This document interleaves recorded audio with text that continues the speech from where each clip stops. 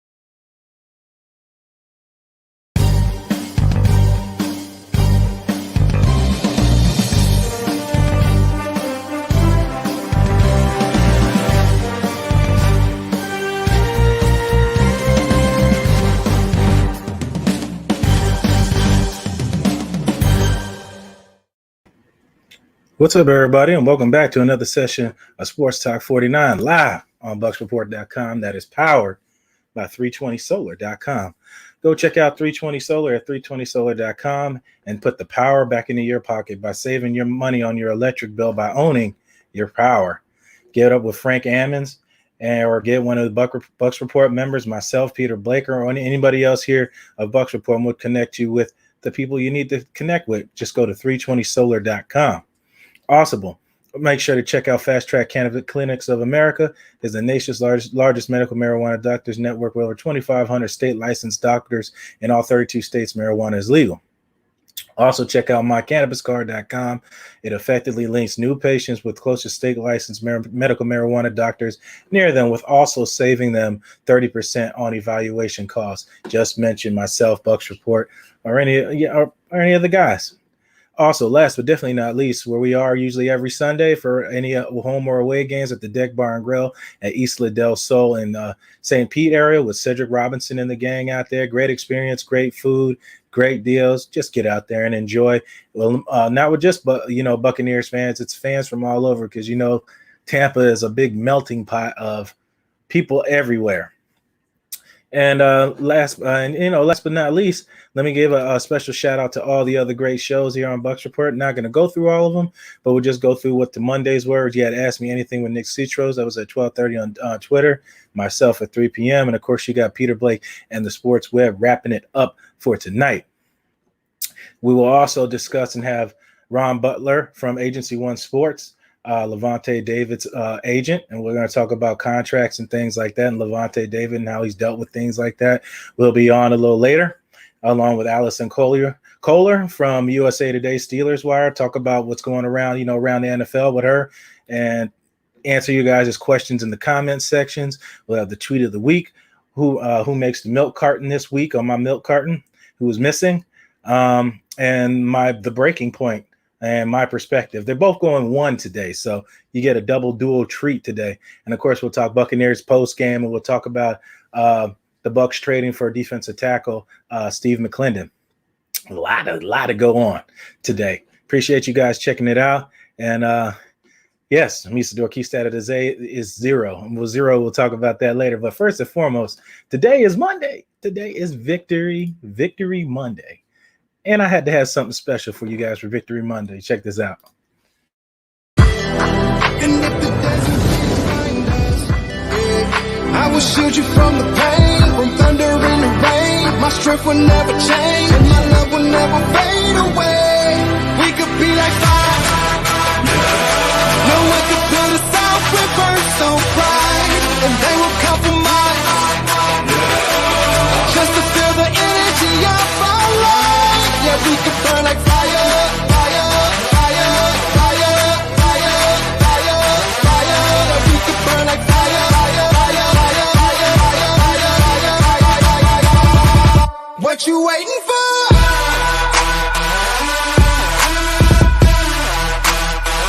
What you waiting for?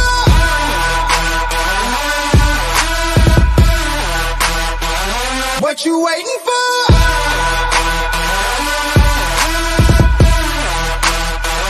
What you waiting for?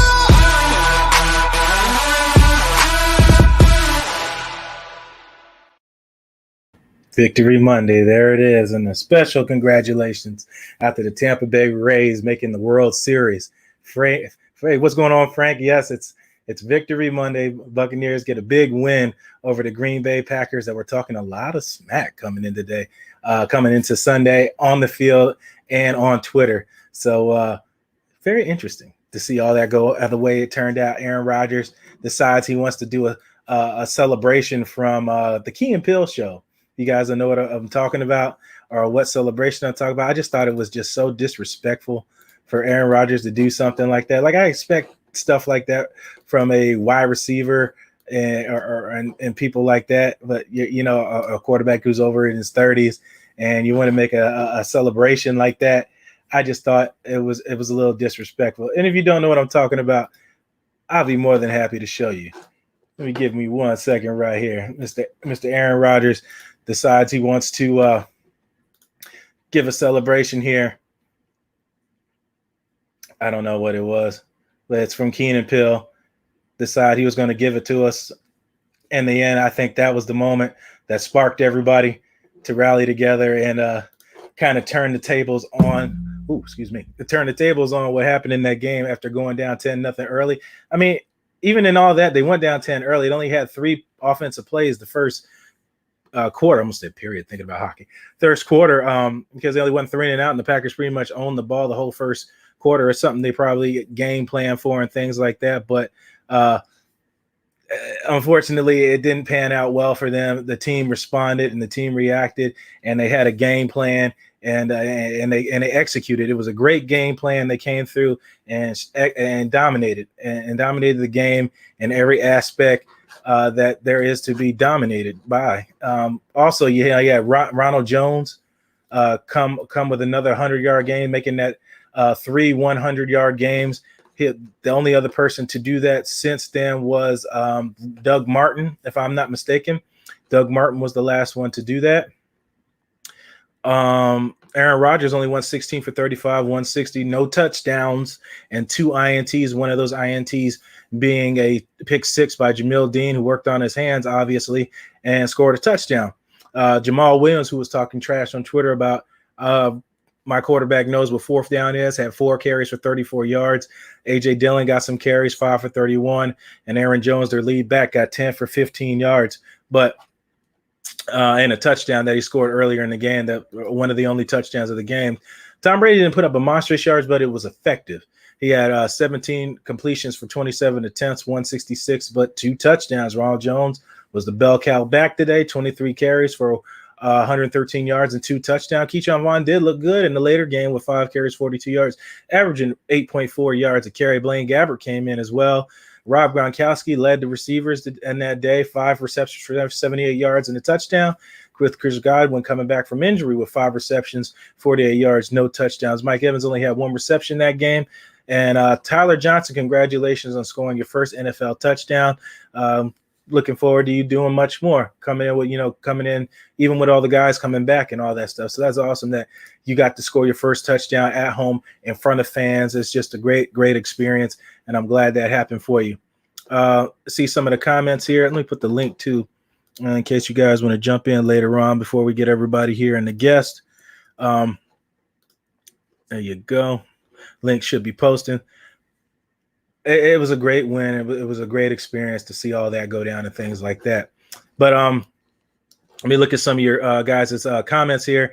Misador, 0 penalties. Sue got lucky that it was offsetting penalties, and they got 0 penalties of the game after having 11 for a football field length on Thursday night game. Frank Ammons, what's going on? Tim Witherspoon, love it. Christopher Cole, oh my God, the Packers started being cocky. Yes, they did. And you see how that turned out for you. Don't talk. It ain't how you start. It's what? It's how you finish. Mike L, the celebration didn't age well. No, it did not. He did the turnover double take. Yes, he did.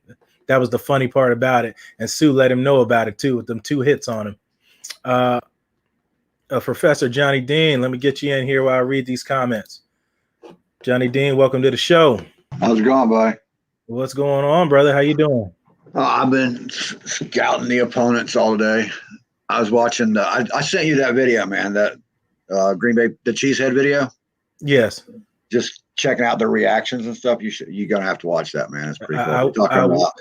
Those fans are talking about firing Pettin, the defensive coordinator, which makes sense because their head coach didn't hire him in the first place. He was a leftover.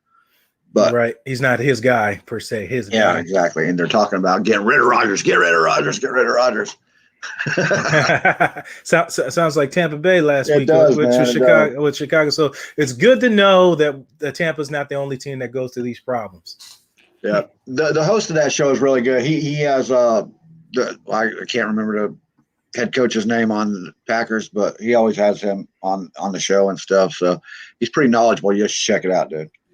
I definitely will. And speaking of checking out, I know a guy that you've been huge on is Jamil Dean. Since day one. I want to put it out there. You've been like that since day one. So I felt I had to do something in tribute to you saying that. And he gets on the part of my one of my segments here, the breaking point. So I'm gonna go into that and let you see it, and we'll talk about that a little bit too. Check this out real quick.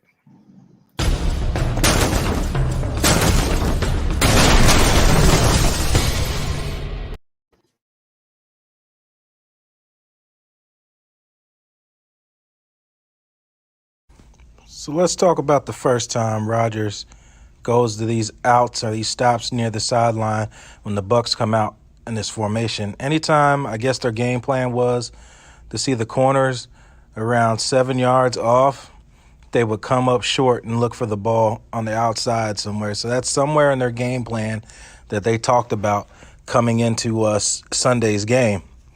And here's one example. Dean is not on the field, but Dean is watching. And he sees what kind of routes combinations they're running and what they're doing in certain situations.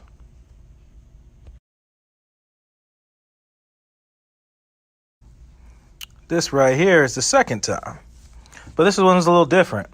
The Packers actually have a run call, they audible, and they check to the same thing when they see the DBs off that far, as you see above. And Rodgers sees that, checks out of the run. And there's some communication because some of the linemen are still run blocking, and only the one receiver is actually going out for a pass. But only him and Rodgers knew the play. But still, there's just something about that formation that the Bucs would come out and they would run. Last but definitely not least, third time's a charm. Jamil Dean is in. He's got Adams in front of him.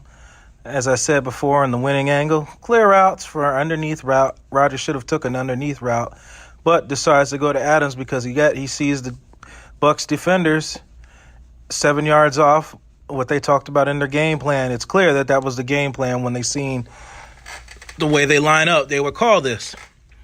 Dean anticipates this route, knows it's coming, and he actually breaks on the ball before Lavonte Adams even has a shot. Aaron Rodgers throws off his back foot, and Dean just makes a great play, break on the ball, catches the interception, and then takes it to the house and springs the Buccaneers offense and team. And here it is from the other angle, the defense's angle, looking at Rodgers the entire time. As a matter of fact, I'll just stop talking, and I'll let Jamil Dean explain exactly what he saw and why he saw it. Jamil, go ahead and take it. I was really, when I saw the formation, then I seen how everything started to develop. I'm like, I have to make this play because I know what's coming. And then once I saw him throw it, I was like, yeah, it's mine.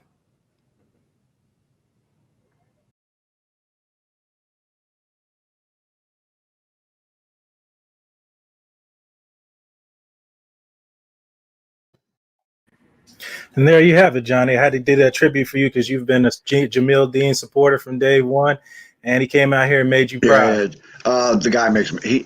He's a hard worker. He's like Rondé Barber, man. You heard him talking where 4:30 in the morning.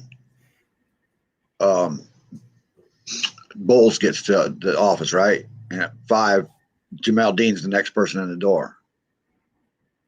And they get a lot of one-on-one. So I expect great things from Jamel Dean. And it's not because of the name. Right. But I will claim him. It's got nothing to do with the name. There's nothing wrong with claiming him. He's a local kid, not too far from here. And it's great to come out and perform at home and get a big win like that at home, along with other stars in that game, Lavonte David, Devin that was White. my next one. That's what I wanted to talk about. What, Lavonte? You called it. You called those pick routes, man. Everybody's wondering why that Packers video I sent you, man. They're all wondering how is it that they're getting to our bunch formations and the pick routes and shit. And I was like, it was obvious, right? Right. I mean, I kind of look at it, as a coach would look at it when I watch tape. It's so funny that when you get older, you look at things different. You look at perspectives and you try to look at things, tendencies and things to do it. You didn't do as a player because you're just so worried about playing. You look at the game different.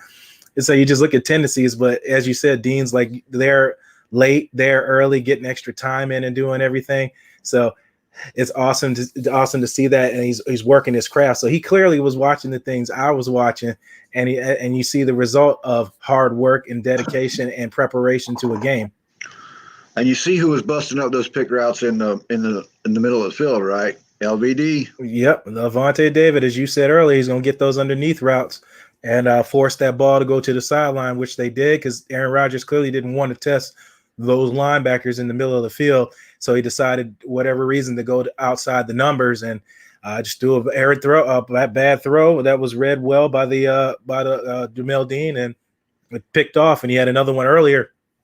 Well, not earlier, after that one that was tipped by Carlton Davis, which was picked for his second interception of the day that nobody's talking about. Mike Edwards for his second pick of the season off of a Carlton Davis tip.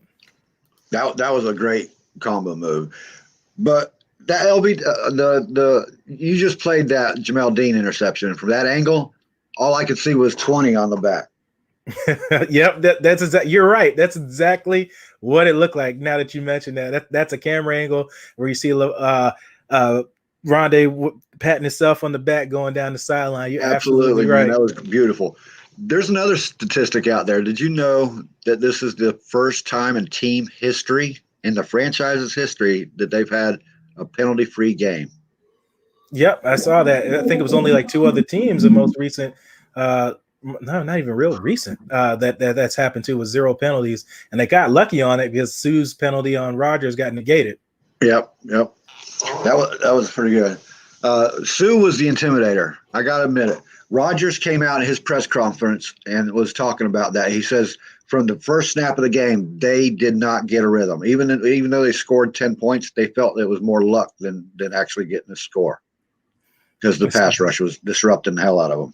And that's the key part. Sometimes everybody, and that's a good part. You brought that because I'm sure you did it for a reason. So you're a lot like me when it comes to thinking like that. You don't have to get sack numbers to get production. What do you mean? Shaq Barrett doesn't have 10 sacks this season, but all the DBs are getting interceptions. Crazy how that works out, right? And everybody's winning. Absolutely. And the whole defense is succeeding out of that. So when you're saying, where is Shaq Barrett? Where is Shaq Barrett? Why don't you ask the DBs where he is? Because they're the ones catching the interceptions. Clearly, the penetration is doing what it's supposed to do because you're getting these arid passes for interceptions that are turning into points on defense. So people stop getting so caught up in numbers. The only number that should matter is the one on the scoreboard and how many points that you gave up on defense. That's the one that matters, not individual stats. So good there, man. You had Devin White talking with Jamel Dean. you have communication all around that defense, man, and that's key. Everybody knows what everybody's doing, and they trust each other, and that is where you build a great defense at. Absolutely, 100%. You don't have to have superstars everywhere. As long as they're working as one piece, it's going to be successful. Absolutely, in one piece, and then you said the key part: communication. Works dandy, don't it? You got to see a prime example of what happens with communication from last year to this year, and look at the production of the defense. And this one, defense pretty much dominated that game. Offense didn't have to do too much. These are the games that Tom Brady should be having, ones where he doesn't have to throw for almost 50 times a game to barely win a game. He Absolutely. should be that's what he should be doing right there. Get those 2 touchdowns and let your running backs and your defense win the game. That's what you brought him here for. Now, do you need him to come and make these drives? Yes, those times will come. But every game, no, it shouldn't have to worry about. Mike Evans should be getting a break. Chris Godwin should be getting a break. These guys that are trying to get healthy, that's how you take pressure off of them. Absolutely. And when that's not working, then you have the big calls. Yep. Absolutely. All right, man. I gotta go, man. Appreciate it, Johnny. Thank you for coming on. All right, bud. Yep. Johnny Dean, everybody. Let's get into what else. Make sure I'm gonna check out you guys' comment. I just want to make sure I get through all my stuff before we get to Around the NFL with Allison Koehler and get to Ron Butler from Agency One Sports, Lavonte David's agent, among many other agents. But let's get and talk to about the Tampa Bay Buccaneers trading for Jets defensive tackle Steve Mclendon. And if you don't know who he is, I'll just show a little quick clip here for you guys. And we'll talk about him a little bit. From what it seems to me, he's familiar with, of course, credit goes to JetXFactor.com. He's familiar with Todd Bowles and Todd Bowles' system. He's an interior guy, great run support, does offer some pass rushing. He'll be a rotational player. So, I mean, he's not come in. I mean, when you play defensive line, it's kind of like basketball a little bit. You got rotations. You bring him in on matchups and things like that. And the key part that I said before I started it, he's already familiar in Todd Bowles' defense. All he needs is a reminder to get in there, study his tape, get in communication with the other guys. And I'm pretty sure from his last year tape right here, he'll be just fine working back out, working with these other guys and working in tandem and communication with JPP, Devin White, Lavonte David, and all these guys. So I'm looking forward to seeing how he comes in here versus the Las Vegas Raiders and competing out there against John Gruden, Tampa Bay Buccaneers, former head coach and Super Bowl champion out here, and seeing how that goes on primetime television. So from what you're looking at here, you're going to get a good guy who's going to come in and get some rotation, and you're going to get some good reps here. Because from what I'm looking at, he gets some good solid reps. Of course, it's not going to be like this every down for him. It's going to be situational situations. The thing is that he clearly, at the 34 years of age, he still has something left in the tank. He still provides run support and pass support, just like what you want from your nose tackle. I did say he's at 34 years of age, was signed by Pittsburgh Steelers as an undrafted free agent in 2009, and he played college football at Troy. He has a career of 12.5 sacks. And he's about 6'4", 280 pounds. So it's going to be good seeing him working in unisix with this new defense and seeing where he fits in and things like that. Let me make sure to check these comments out. Don't want to ignore you guys. Hey, what's going on, Deshaun? Hey, what's your thoughts on Nelson playing inside? He looks good moving around on the line. Yeah, he gets a lot. He's not coming up with numbers, Deshaun, but he is getting penetration. He is getting pressures and things like that. And that, as I was just explaining with Johnny, that is what's important. That's what's important, is getting pressure and making the quarterback uncomfortable, just like you saw Aaron Rodgers giving up 5 sacks. Tim Weatherspoon, did anyone hear Devin White's press conference? He's still fired up from the game. I would be too. That's a big victory coming from an undefeated team that clearly didn't respect you coming into this game, and you demanded it and you took it from them and you bullied them from the start to the finish. You put the foot on the throat and you applied pressure. You didn't let up. You put the pedal to the metal and let on the gas the entire game. Great job, coaching staff. Great job, game planning, Todd Bowles. Great job. The There's been a start flying around Tampa's second game in history without a penalty. Last one was December of '83 against the Lions. Yep, long time. It's a hard thing to do, especially in this league with defensive holdings and pass interference. And Carlton Davis didn't do either that game. Great job. Gary Buff, that's beautiful. Not sure what you're talking about, but I appreciate it. So we should go easy on Rodgers. Won't he be a free agent when Brady's contract expires? Plus, Green Bay hired his replacement. We'll see if he wants to come here. At that time, probably Byron Leftwich will probably be the head coach out here. Hopefully, they'll keep Todd Bowles the defensive coordinator, but only time will tell. Only time will tell. Let me get to I got to the breaking point, and let's go to the tweet of the week. Tweet of the week is right. Let me get that for you.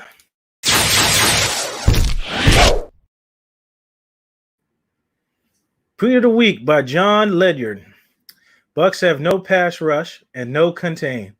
If that keeps up, this one is over. They aren't good enough in coverage to handle Rodgers with 5 seconds to throw every play. Quote unquote, parentheses, nobody is. Interesting. That didn't age well, did it? 38-10 later. So, yeah, that was interesting. That's who that was from. So, and enjoy that tweet, buddy, because that didn't quite work out. Albert, I can read it better on here. Do they realize they just beat Green Bay Packers? I feel the coaches and the players play this team like that, they would go far in the playoffs. They played, in my opinion, hats off to the coaches and the players. Go Bucs. Yep, it was mental preparation to the game is what led to that. Preparation is what led to that. Something Arians took blame for against Chicago, saying his team wasn't prepared. Yes, the Dean pickoff was good. And last but not least, I got to go into one of my favorite segments. Who was missing on the milk carton this week? Who was missing? Who you guys got who was missing on the milk carton this week? Oh, not that. We have Aaron Rodgers, Jamal Williams, and Mike Evans. If found, please contact the NFL. Now, I know why Mike was out, still recovering, and the game was already a blowout. There's not much need to throw. But Aaron Rodgers and Jamal Williams, where did you guys go? Somebody give a call if you find him. This man's having breakfast this morning. He can't even eat because he knows these guys were missing this game. Well, at least the Packers, at least. We know where Mike Evans was, celebrating Victory Monday. That's where he was. So we'll go to a quick break here since we got through all the first half of the segments. We'll still answer your questions and everything. And we'll get to Allison, and then we'll get to Ron right after the break. So here you guys go. Hear from our sponsors, the Deck Bar and Grill, Isla del Sol. Hear from 320 Solar, and make sure to always check out My Cannabis Card and Fast Track Clinics of America. So we'll be back after this short break.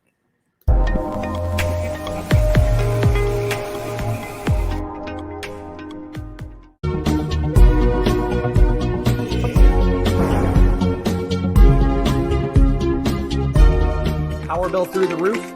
At 320 Solar, that power bill will be no more. In fact, about 90% of our customers report lower solar payments than with electricity. That's more power in your pocket. 320 Solar. Power up.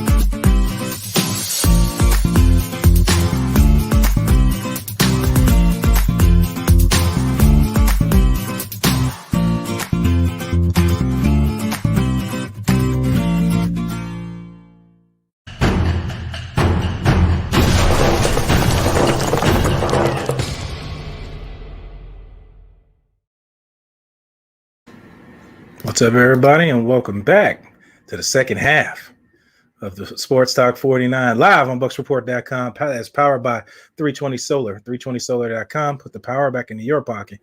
As well, check out mycannabiscard.com and Fast Track Cannabis Clinics of America. And as well, always make sure to check out the Bar and Grill at Isla del Sol, the Deck Bar and Grill, that is. Beautiful place out there, Isla del Sol near St. Pete Beach. Great experience, filled with all tons of sports fans, Buccaneers, the Steelers, the Packers, to everybody out there. It's a great area to congregate and talk among sports fans like yourself. And that's all we could ask for in these days. But one of my favorite segments on Monday, around the NFL, with Miss Allison Koehler.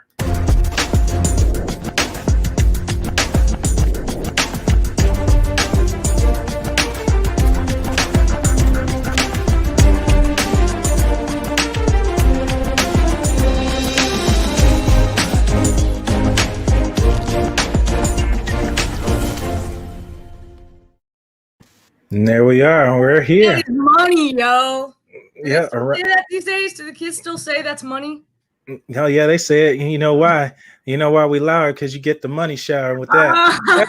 Oh, we didn't even plan that, people. Like, people watching right now, we didn't even plan that. We're just good like that. We just, you know what I'm saying? He said we just vibe. We just vibe. We got this gel thing going on. It's awesome. Yeah. Yes, it is. So, Miss Allison, as we always start this, how was your Sunday? Oh, it was beautiful, man. I expected it to be nerve-wracking and full of pacing. I knew I was going to get, like, my steps in, you know what I mean? And granted, I didn't sit down. I don't think I sat down once during the Steelers-Browns game. But it wasn't what I'm thankful for it, but it wasn't at all what I expected. I thought the Steelers were going to win by a field goal. It was going to come down to the final minute of the game. Just the way the Browns, you know, how they were touting themselves, you know, I just expected it to be a lot. I can't even say a lot closer. I mean, 38-7. You can't even. There's nothing to say about that other than the Steelers are awesome. Oh yeah, it's definitely awesome for any Steelers fan anywhere, and pretty depressing. Well, I wouldn't say depressing. It's pretty something to get used to as a Browns fan, because that's something they're familiar with. But yeah, Baker Mayfield was 10 for 18 and 119 yards, 1 touchdown, 2 interceptions, while getting benched. And Kareem Hunt was pretty much ineffective as well, with 13 carries for 40 yards. So Cleveland's offense was pretty much shut down and dismantled by the Steelers front, something they're familiar with doing. I will defend Baker. I have to give it to him. I have never had herdy ribs. I've never had owies in the rib area. So I don't know at all what it's like for him to have to go on the field and do what I can't say do what he did because he didn't do anything, but just go out there and play. You know, just to throw a ball, I would imagine, hurts the shit out of your ribs. So right. I give him that. And also, I do want to say, I don't really think, and you're not the only person to say he was benched. I think a lot of outlets are writing that he was benched. Stefanski just took him out of the game because he was owie. You know what I mean? Like, he didn't want to. The Steelers broke him. They just broke him. Mm-hmm. And, you know, I don't think that as bad as he played, I don't think that that's why he was taken out of the game. I just think why do further damage is kind of how I looked at it. An unreachable game. I get your point. Right. Because the Steelers did break him both in mind and body if he really was injured, because he was definitely seeing ghosts out on the field. The pressure was to him. He couldn't concentrate downfield.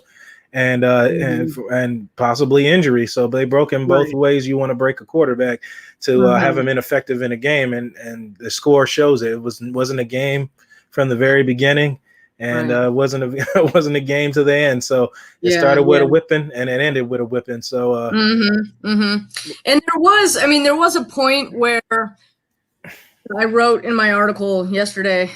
There was a point where the Browns had a chance. I think they were going for it on 4th down. And if they would have converted, it was like at their 25-yard line. So I'm sorry, at the Browns at the Steelers 25-yard line. So I think that I think that if they had converted, I think they were so close. You know what I mean? If they had converted, I think they could have scored again.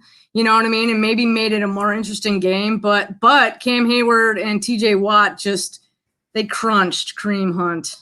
So, which wasn't good for my fantasy team, by the way. If we do have a moment like a little bit later, I'll tell you about my fantasy team yesterday. So, but the Browns and the Steelers really, it wasn't the game that I expected it to be, but I'm really glad, obviously, that the Steelers are now undefeated.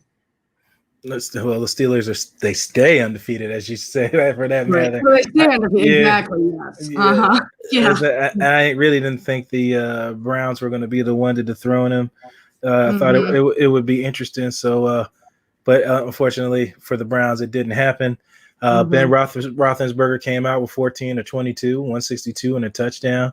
James Conner led the day with 20 carries and 101 yards and a touchdown. Benny Snell, Chase Claypool shows he's not just good on the air, he's good on the ground as well, with another rushing touchdown this week when I have to believe on a jet sweep, if I'm not mistaken. Yeah. His second one in 2 weeks. So he's it's an article I'm working on for this week is what can't Chase Claypool do? You know what I mean? Like I almost want to see him throw the ball. Might be next. Yeah, it should be. I mean, that means definitely he's kind of reminding me of he's a little bigger than him. Kind of reminding me of Hines Ward. He used to be a utility man like that, with a little mix of Antoine Randall a little bit. Antoine Randall, being a former quarterback. So we'll find out if he will throw the ball. Who knows? Their offensive coordinator there is definitely finding ways for Chase Claypool to succeed in that offense. So that's good to see that. I mean, I think that Matt Canada is really putting his stamp on things because the offense looks a lot different this year. And as you know, and as everybody probably watching this knows, the NFL has started slowly to incorporate college schemes and college plays and things like that. And I think that the Steelers were a little bit behind in that. They really needed to kind of be brought into the mind frame that, hey, this is how things are going to be, and so we're going to have to change. And I think that was one thing. Bringing in Matt Canada really helped, because I don't know that they were prepared. Randy Fichtner, their offensive coordinator, is kind of an old school dude. You know what I mean? So I really feel like Matt Canada. I think a lot of the plays, the jet motion sweeps, things like that you see, especially with Chase Claypool involved, I think it has Matt Canada written all over it. So. It's definitely and that's what you do as an offensive coordinator. You just find ways to keep the offense moving and getting the ball moving and things like that. Find them. I know Juju Smith-Schuster didn't really have much of a day that day, but sometimes that works out in the offense. Maybe the opposing team's game plan was to eliminate Juju Smith-Schuster out of that game because he only had 2 receptions for 6 yards, if I'm not mistaken, on 4 targets. But and ensuing Chase Claypool, led receiving with 4 receptions for 74 yards. So I mean, he leads the team right now, which I don't think anybody would have ever even thought about. I mean, we were all Steelers fans were all like, how much are they going to use him this year? There was no offseason. I mean, there wasn't really much of a training. There were so many variables that went into him totally not playing much this year, and the fact that he went from maybe he's gonna get on the field, maybe not, to where he's at now, it's just like it's really just been amazing to see. I feel a little bit bad for Juju because, I mean, don't get me wrong, he's a selfless guy, and I think that we're seeing, and not to compare him at all to Antonio Brown, because it's like comparing apples to bananas even. He's just selfless. Because right now, if this was Antonio Brown, it would be me, where me not getting the ball, where you not changing, and we haven't heard any of that. So I think he's going to hit free agency next year, and I think that this is obviously being selfless. It isn't a talent, that the player that teams are going to look for. But it's definitely a trait that when it comes to being a receiver, and not wanting the spotlight totally on him and not wanting to hog the ball. And even Ben, I mean, he's thrown the least. I haven't looked at the stats. Obviously, he only has one interception. And he's an interception thrower. I mean, don't get me wrong, 162 yards. I mean, you know what I mean? That's not, it's not a whole ton of yards there, but I just feel like there's a reason why Ben's interceptions are down. Well, probably a few reasons, but I think one of them is the fact that Antonio Brown isn't there anymore. Ben didn't play last year, so this is his first season without Antonio Brown, and he's really just getting used to that. But I think that there's a lot more benefits to not having Antonio Brown anymore. Obviously, the production, you can't. Antonio Brown was the man. So, and pretty soon, I know I'm rambling here, but week 8. So 2 more weeks, and he might be on another team very soon. So, because that's when his suspension ends. So his 8-week suspension ends, and see how that works. Somebody said they're calling Claypool Mapletron, like Megatron, but he's from Canada. Is that a thing? Is that what you guys are writing up there? Have you heard that? Yeah. Chase doesn't like it. He wanted to go with Air Canada, but I guess it already belongs to somebody else, some dude from Canada, obviously. But so they're calling him Mapletron because it's a combination of Megatron, which was Calvin Johnson's nickname, and since he's from Canada, Maple Leaf, all that jazz. Oh, Canada! Absolutely. Okay. I mean, it's a cute name, but I don't think he would. He hates it. I don't think he would like it. It's kind of like when the Bucs had Doug Martin. They wanted to call him Muscle Hamster. I don't think anybody wants to be called anything to do with the hamster. Unfortunately, nobody. But Chase has come out with merchandise and shit already, so that's in. It's in like Flynn, like you said earlier. Yeah, in like Flynn. Somebody else had something here. Speaking of Antonio Brown, what is your take on Le'Veon Bell getting what he wanted to get released from the Jets, moving on to a Super Bowl contender in the Chiefs? I'll be honest, my perspective is Le'Veon Bell is a smart ass dude. And he said, where can I go where I can get paid and then do nothing? The Jets. Awesome. Let's go to the Jets. I'm going to go to the Jets. I'm going to do absolutely nothing. I'm going to request a trade. I'm going to get it because Adam Gase is a total Nimrod.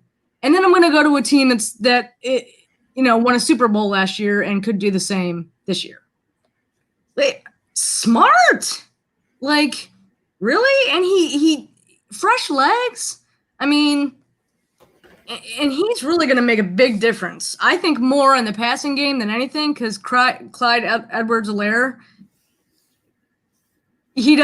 Kansas City didn't need a running back. And they have 2 of them now. So they're going to be something phenomenal, but it's going to be interesting to see, what exactly he does.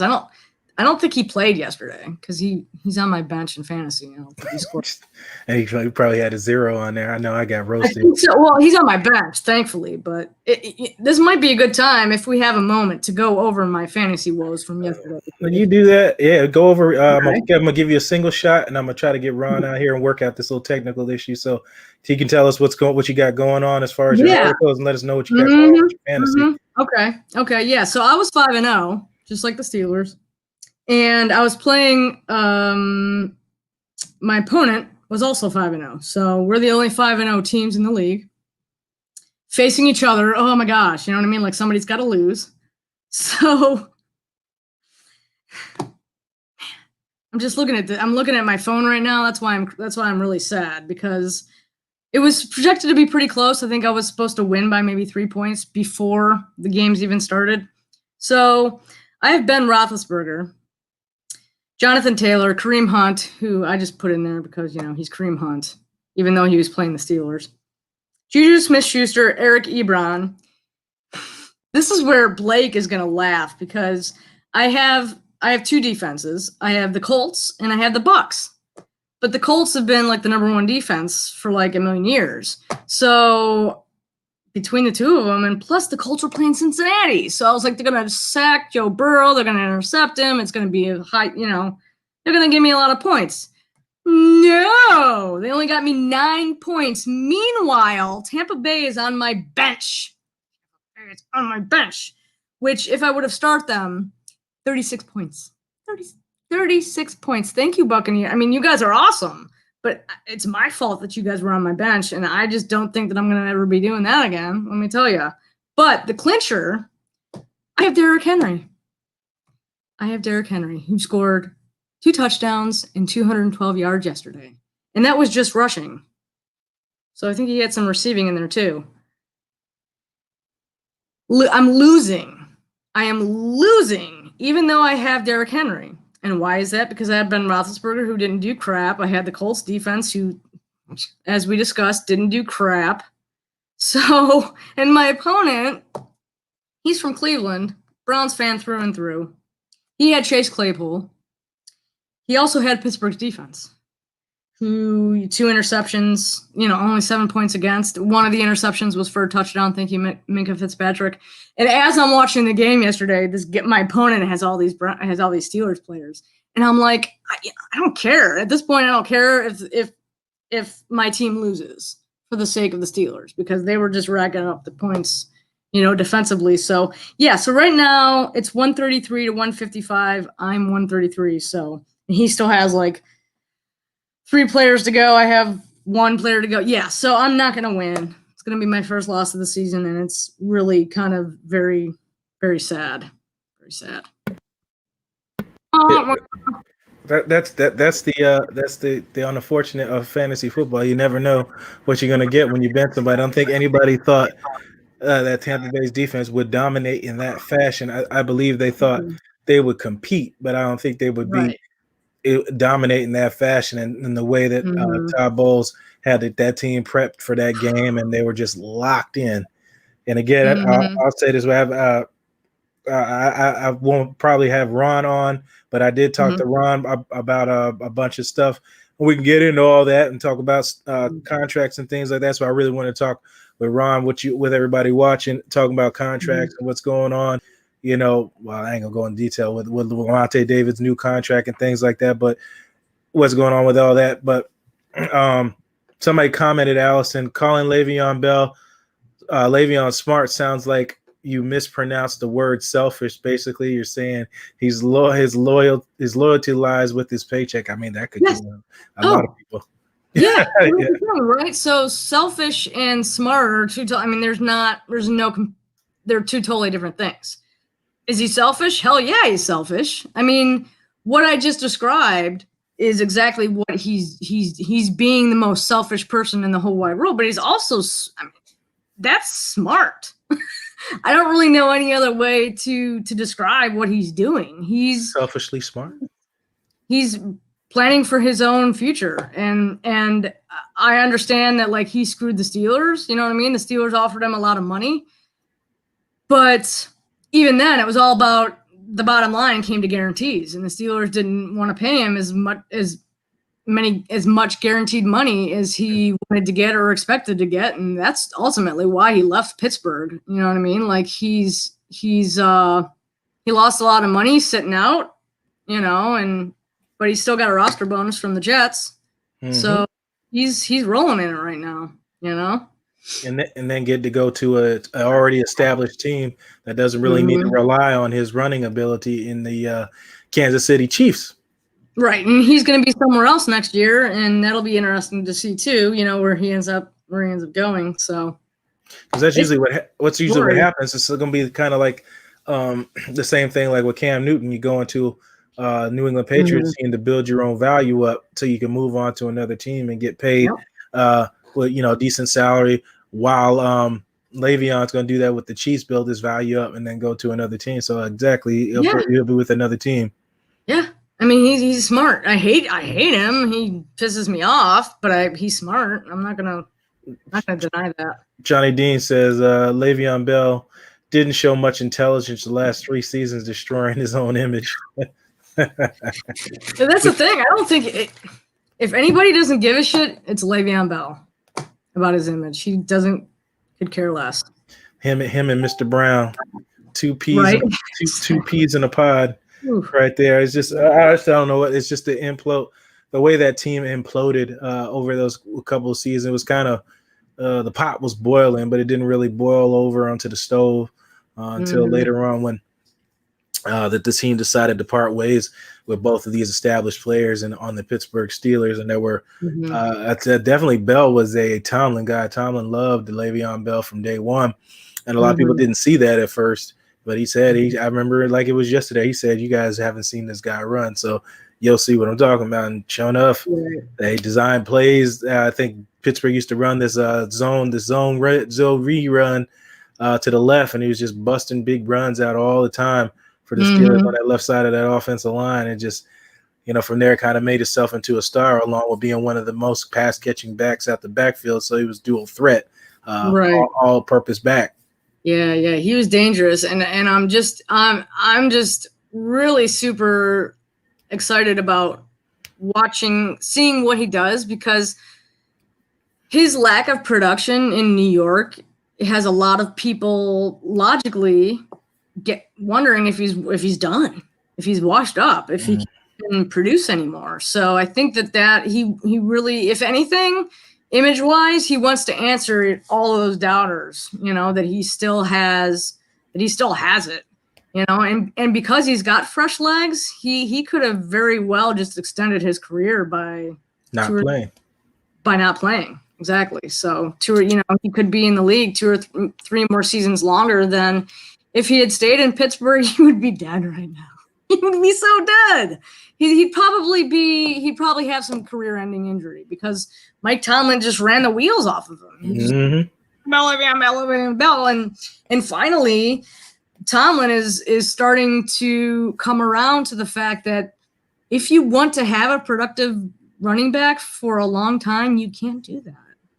You know? Yeah, at least you got to have 2 of them. Yeah. And Tomlin it took him so long. I mean, how long has it been that the league's has implemented running back by committee? I mean, it's been like that for years. And all the fans, including myself, I was like, dude, you need to start using 2-3 running backs, because it's just not gonna work unless you're in Tennessee.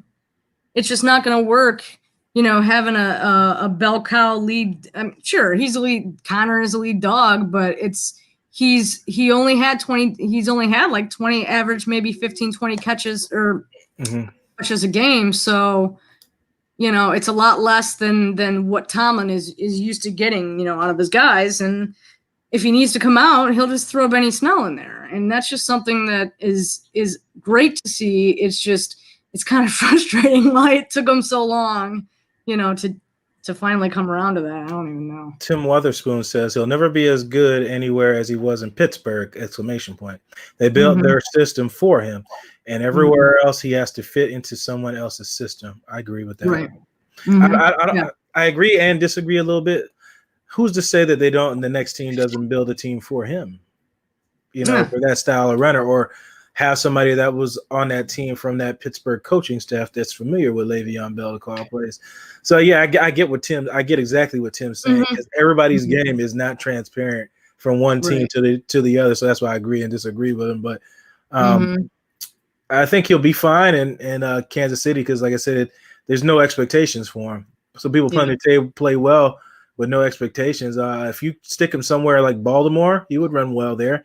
They have a manly offensive line that pushes people down. I mean, they have monstrous men on that line, especially at the tackle spot with Stanley and I always forget the right tackle's name. His father was a left tackle in the league.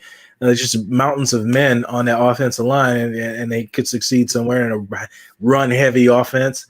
He's like one of the last upstanding upright running backs in the league. Him and Adrian Peterson were the last 2 that are really successful at it.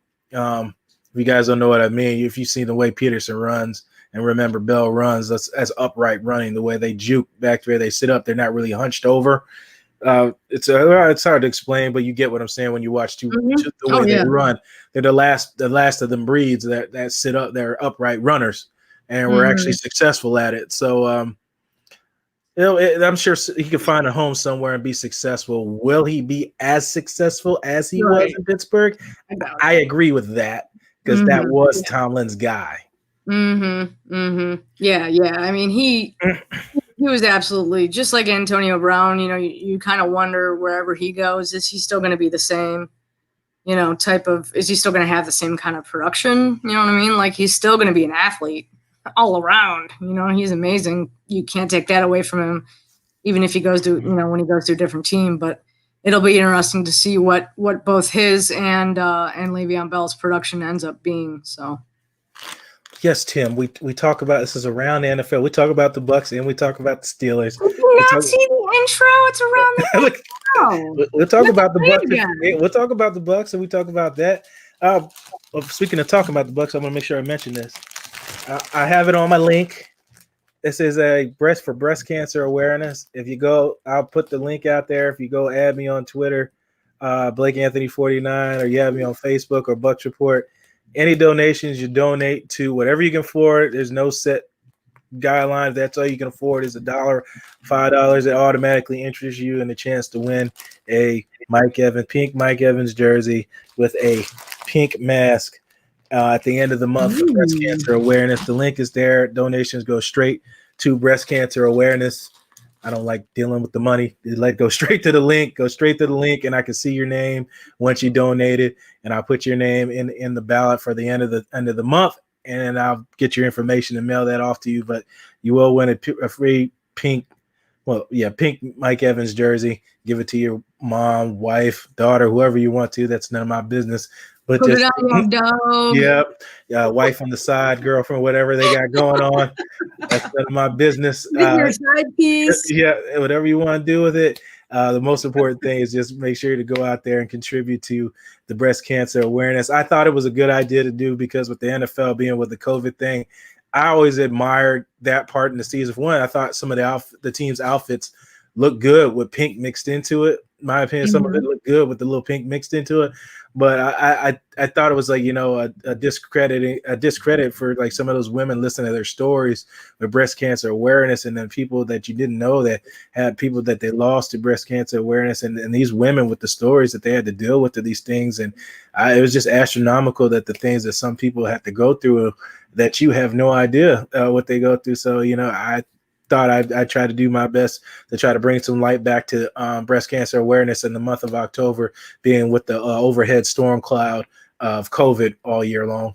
Yeah, I think that they should maybe do some. It's still a couple more weeks, one more game left in October. I am sort of surprised that they didn't do more like, you know, feature stories and things, sort of like they do during the draft. I mean, obviously you don't have a lot of time during a football game, but you would think that there'd be some kind of way that they would incorporate it into the actual broadcast, you know, or say, hey, we have some feature stories over at NFL.com, you know, go check it out. Or maybe they did. I was hooting and hollering too loud to hear it. But we can go back to the Bucs because I was working, but I was also watching, and it wow, like I don't know what your prediction. Did you have do you do predictions, like score predictions on your Friday show for the game? We do it. We just have fun with it, and then Peter does it when we do a live remote. But, right. Was it anything close to what it ended up being? No, I had I think it was 28-23, I believe it was. I had the Bucs winning. Like I said, I had no idea it would be that astronomical. I didn't think Aaron Rodgers would be that overwhelmed and manhandled that game. Along with that entire team, they just got the life sucked out of them from that second quarter on to the rest of the game. It's just there's just no words that could describe what happened to them out there, but just pure dominance and obliteration and embarrassment, just like the Cleveland Browns with the Steelers. It's just right. And speaking of it, Mayfield was benched or injured, whatever you want to call it. Hence was Aaron Rodgers as well with 8 minutes left in the fourth quarter. He was taken out of the game. I didn't realize that. Wow, absolutely. That might have been why he didn't shake Tom Brady's hand, because I heard there was. I mean, I know he's a bit of a sore loser, Aaron Rodgers is, but I'm sure that didn't, that didn't help. Wasn't it the first pick of the year that he threw too? Yep, first pick. First pick. He said he only had 3 sacks. Mm-hmm. It's no interceptions. Those a pick 6, 2 picks, back-to-back series too, and sacked 5 times that game. So a lot of firsts happened that season. So it's a wake-up call, and some teams are going to use this game tape as a recipe on Rodgers for the rest of the year. That's the part that sucks about football. When you get exposed on something, why you think I'm so good? Oh, Ron made it. Cool, perfect. I see you, Ron. I'll get you in here when you get set. I see you with the sunglasses, Ron. You're too cool for me. Hold on, Ron. Let me catch you in. Hold on, Ron. Hold on. All right, there you go, Ron. What's going on? You can leave the shades on, man. Hey, I apologize. I had to run to a meeting real quick, so I apologize. I figured it was something happened. I said something must have happened real quick. I know you're bitching. So Ron, I'm doing good. Let's get to the introductions. Ron Butler, Agency One Sports, not just agent, CEO of Agency One Sports Group. You know I have to give you a rank. You know I was going to do it, Ron. Stop it. Hey, I appreciate it, man. Do something else, man. Yeah, I just like to live life and have fun. And Allison is the same way. She reps USA Today, Steelers Wire. And I know she had some questions about contracts and stuff to ask you. I kind of already laid the groundwork rules for everybody to not ask you about Lavonte's new contract that's coming up. But we can, like I said, we can talk about we can talk about the previous one and how in tune you are with other agents and teams and stuff like that. Because Allison had some real concerns with Steelers extending Hayward on the defensive line that I couldn't answer for her earlier this year. If you want to give her some insight on that. Okay. So you want to start off with that, or you want to start off with the Steelers situation, or you want to start with Lavonte? How'd you guys? Let's go ahead and start with Lavonte because that's what everybody wants to hear. Who's watching? Okay. Well, like Blake said, I'm Ron Butler. I've been Lavonte's agent for the last 9 years. I've worked with him very closely in terms of getting contracts and dealing with the teams and going through the draft process. I've been there since day one. Obviously, when you're going through negotiations, there's a bit of a middle ground that you're trying to find. And if you're able to find that middle ground, then obviously you'll be able to get a deal done. You're going to have, one side that feels like, hey, he should be making X, but then you're going to have my side that feels like he should be making Y. And it's up to me to kind of put the two together to make it work. Working with the Bucs organization over the last 9 years has been nothing but exceptional. Working with guys like Jason and Mike Greenberg, who's a contract guy over there, really good guys.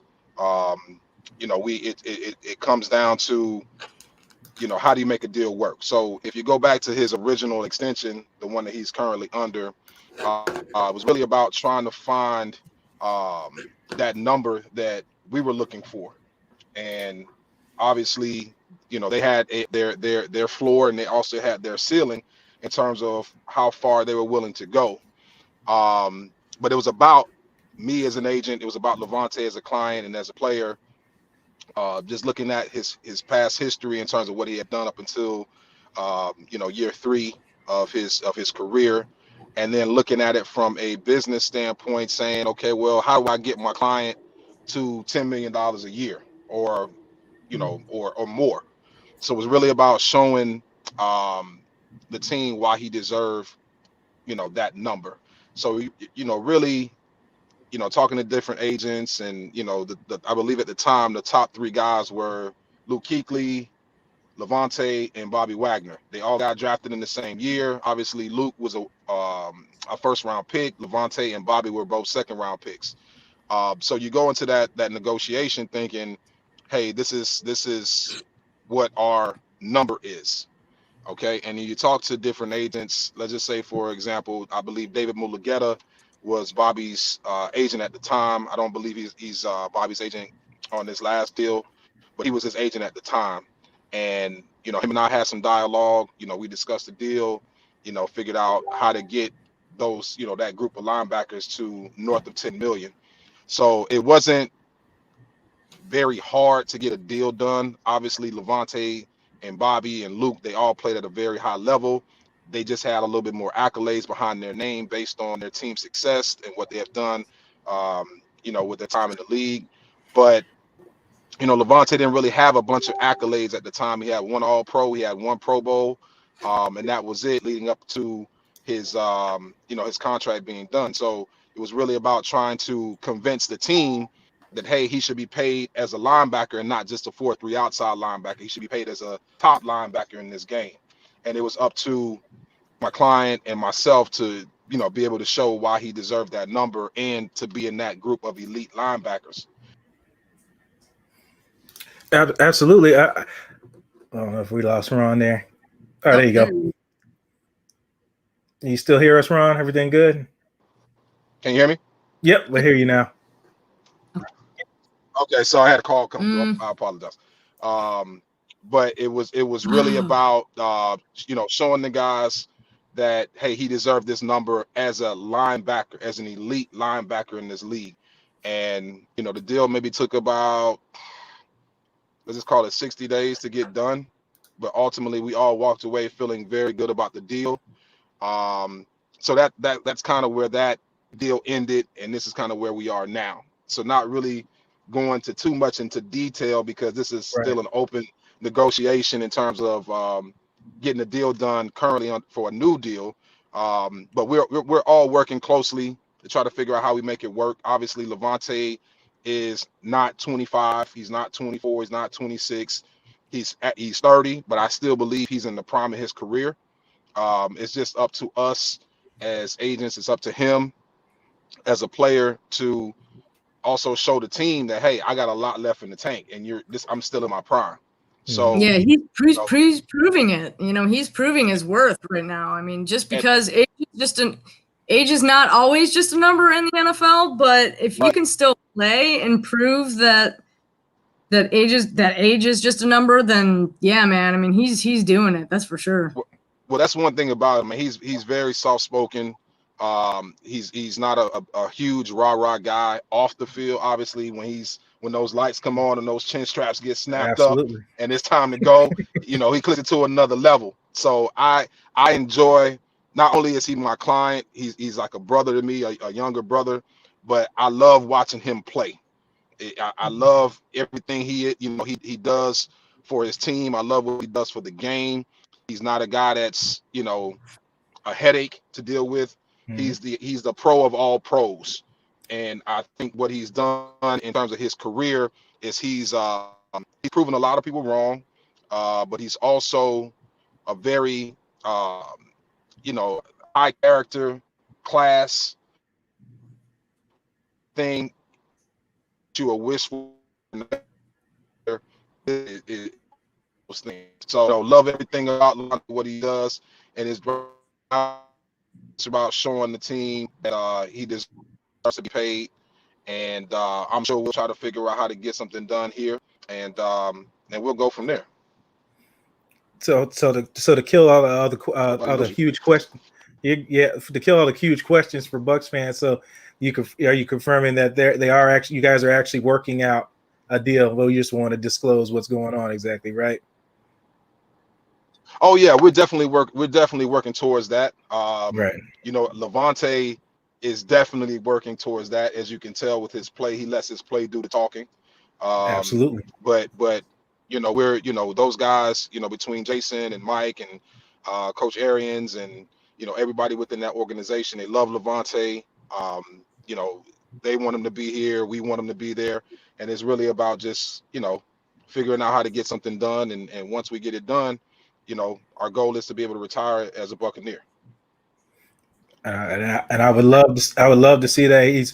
Since Derrick Brooks I grew up watching Derrick Brooks. He was my favorite player. Lavonte has moved into that role now since he's coming around those great years, around when Derrick Brooks was in his older years and playing great, just like Lavonte is, and staying healthy. I think only 1 year he sustained a real injury, but otherwise than that, as far as nicks and bruises or what everybody gets all year long, he's stayed healthy, and his best ability has been his availability among his plays and his turnovers henceforth. henceforth. He lets his game do the talking, man. Mm-hmm.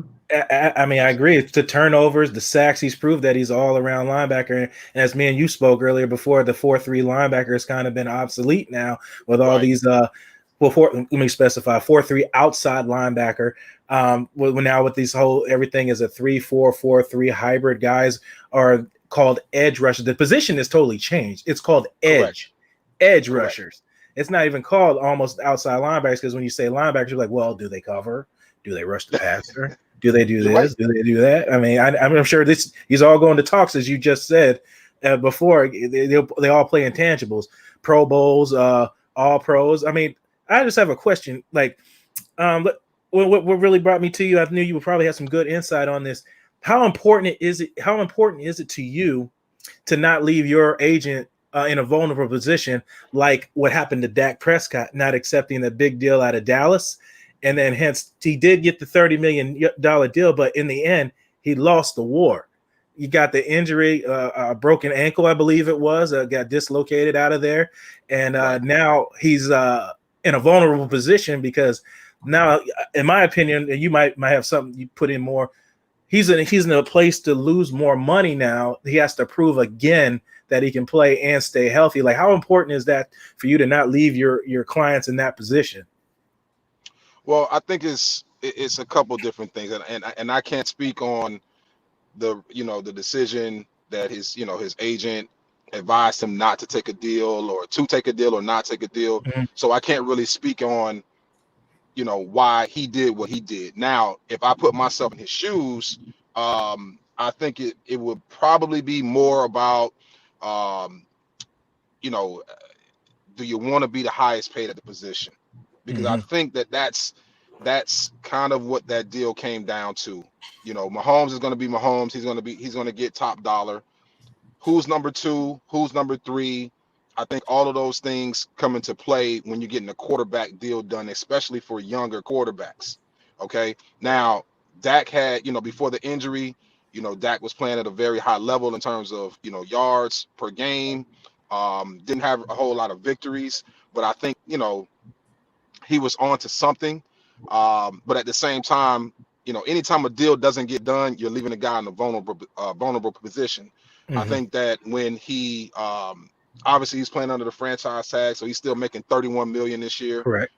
So he's not, let's just say, hurting, mm-hmm. On a 1-year deal. Right. Potentially he'll be able to get back. I think Dallas would do the right thing by him. But who knows? I mean, in that scenario, that situation, you got Andy Dalton behind you. He comes back, he wins a bunch of games. Does that cause some type of situation where now the Cowboys organization are looking at it saying, hey, Dalton won a bunch of games, and it's cheaper, and it's cheaper. Okay, so do you go that route? Do you go that route? And as an agent, it's almost like we kind of have to have a crystal ball. Mm-hmm. We have to kind of see things before they actually happen. So between a deal getting done or not getting done, you fast forward to the next 6 to 12 months, and you look at it and say, okay, what potentially can happen here? Okay, and then based on that, okay, what leverage do I have to actually be able to get something done? Mm-hmm. So all of those things come into play as an agent. It's like you have to be able to you got to be able to see the future almost. Mm-hmm. Okay, like let's just say, for example, with an older player getting a contract done where he's still playing at a high level, but you also know that the team may come back and say, well, guys, he is 31 or he is 32. Cam Hayward. Still playing at a high level, mm-hmm. but we want to reward him, or we don't. We want to reward him, but we want to reward him at our number, what we're comfortable with. So just like your host said, it's really about how a team feels about a player. If a player like a Cam Hayward, gets what he gets at 31, 32 years old, I think it's a couple of things that go into that. Did the team want to take care of him? Okay. Did they want him to be a Steeler for life? Mm-hmm. All of those things come into play. I mean, he's making, if I'm not mistaken, I think it's like 16.2 average per year at his position at 31, 32 years old. I mean, that's to me, that's you know, just from the Steelers standpoint, that's them doing the right thing by a guy that they feel like is their guy. Okay. And regardless whether he's 25, whether he's 26, whether he's 32, we're going to take care of our guy. We're going to reward our guy. And I believe that if Dallas, this goes back to the Dallas question, if Dallas looks at Dak, he's coming off of an injury. It's not a career-ending type injury, but you have to look at it and say, hey, do we want to do the right thing by our guy, the guy that we drafted, the guy that we were willing to pay before this injury? You got to kind of look at those things and say, from an organization, are we going to do the right thing? Or are we going to do the cheaper thing? You know who you sound like, Ron? You sound exactly like Stephen A. Smith. I don't know if you saw that clip. I swear the whole time you were talking, I'm like, is that Stephen A? I swear he said that. And he said that, I'm not going to get into details of why he brought this up, but I'm just going to touch into it a little bit. He said the same exact thing, verbatim what you said. He said this wasn't an issue if this was Tony Romo. He said Dak Prescott put up a lot more numbers than Tony Romo, won a playoff game before Tony Romo's time, and you rewarded Tony Romo with 8-8 seasons on 3 consecutive seasons with $100 million contract, and you didn't hesitate to pull a trigger on that. So will you do the right thing or won't you? To Dak Prescott, I said you sounded just like him just then. That's I'm just giving you my my opinion verbatim, but I just look at it and I say, this guy has he's won some games, he's put up some numbers. He was a guy that you drafted, and at the end of the day, man, if you're taking care of business, whether it's playing quarterback or playing wide receiver or you're a field goal kicker, if you're taking care of business and your team is, you're a centerpiece of that team, then my team, you got to take care of them. Take care of them. It's the right thing to do. Let's jump in, Alice, if you have any questions. As I got I can ask Ron questions for days. We can keep going all day. Yeah, I have. In your opinion, and what you experience or what you can talk about, how many teams are there that really are all about keeping their guys versus finding the next best thing? In your opinion, I mean, that's a good question, man, because this business is like musical chairs. So you can have a coach that loves a player, drafts a player, but he may be on the hot seat. Okay, if he's on the hot seat and he gets fired after that next season after he drafts that player, guess what? You got a whole new regime coming in. Okay, but guess what? That regime didn't draft you. That head coach didn't draft you. Okay, you can have a GM that, like I said, same thing as the coach that drafted you. Okay, but guess what? You guys go 0-5 the first 5 games of the season. The head coach gets fired and the GM gets fired. So guess what? Now you're in a situation where ownership has to step in when they go through and they look at their rosters and this, that, and the other, and they got to make a decision. Hey, I didn't draft this guy. I wasn't here for that. But what I'm coming in to do, he may or may not be a guy that fits with the direction that we're going in. So I think it's really based on every organization's view. It also is based on coaches and GMs coming in and coming out. But I think the guys, like, let's just say hypothetically in Tampa, they've known to kind of want to take care of their guys. They drafted their guys. I know Jason's been there a few years now. He's always kind of taking care of his guy, unless he feels like, hey, an executive decision is in order, so we need to sit down around the round table, and if this guy doesn't make sense for us long term, then we'll move on from him. But for the most part, I look at the history of, let's just say, a Tampa Bay organization. They pretty much always taking care of their guys. The New Orleans Saints, they taking care of their guys. And then you have some other organizations that I don't want to name that I've done some business with, that they may want to take care of their guys, but they may want to do it for cheap. Okay, and then my guy can go out on the market and make a boatload of money. Let's just say we can probably get 10 over here with my team that I'm currently on. We could probably get 18 over here if we go on the free agency. I'll say the but name this for team you. over here is not willing to pay. We're not willing to pay you north of 10. But if you want to go over there, you can go make 18 over there. It's I'll cool. say the We'll I'll find say the somebody name to for you, replace Ron. Miami. Ron didn't say it. Honestly, I wasn't thinking. Wait. I wasn't thinking Miami, but I'm not going to say who I was thinking. But it wasn't Miami. But it's only because I've had dealings with the organization in the past. But I know how they work. Mm-hmm. Mm-hmm. Mm-hmm. I do have a couple questions. I know that Okay. all players are different, so there's no one blanket statement, but is there a correlation between players? We've seen situations where players get paid and immediately their production drops off. Not saying that they don't produce at all, but they're not as good as they were when they got paid. Can you kind of talk about it from your perspective, what that's like? Well, I think that there might be a little bit of a misconception there. I don't think guys say, hey, you know what? I got my money, so now I don't have to give 100% effort. Or I'm not going to play as hard as I used to play before I actually got paid. I think that there are different levels. You may have some guys that think that way.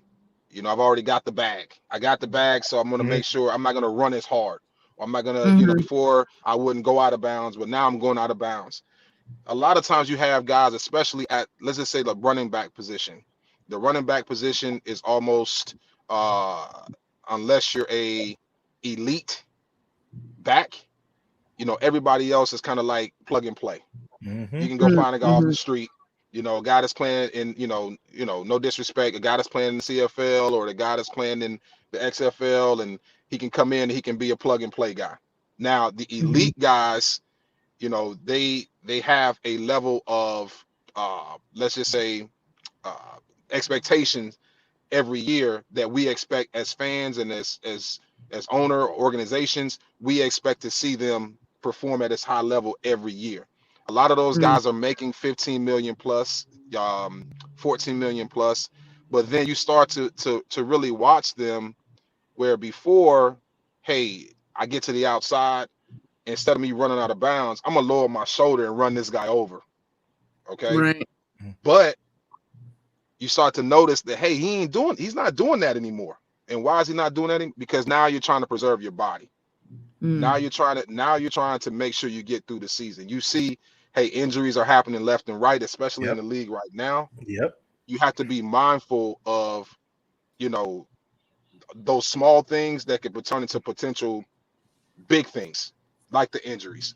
So I have seen some guys kind of, play hard, but hey, I'm gonna go out of bounds this time. I got my money already, so I want to make sure that I can, preserve myself going forward. But you will, like you said, you will have some guys that, they may want to slow down after they get their money, because they got their money already. They got their guaranteed money. If that answers your question. Yep. Yeah, it totally does. Yeah, I think a lot of people, like you said, it's a misconception, and it does depend on, what phase of their career they're in right now, and whether they want to just keep balling out or if they want to protect their bodies. And you make really, really valid points that I hadn't thought about, that it's not about the money necessarily, as it is about, saving yourself for when you retire so you can still walk. play with your kids, man, because these guys are young.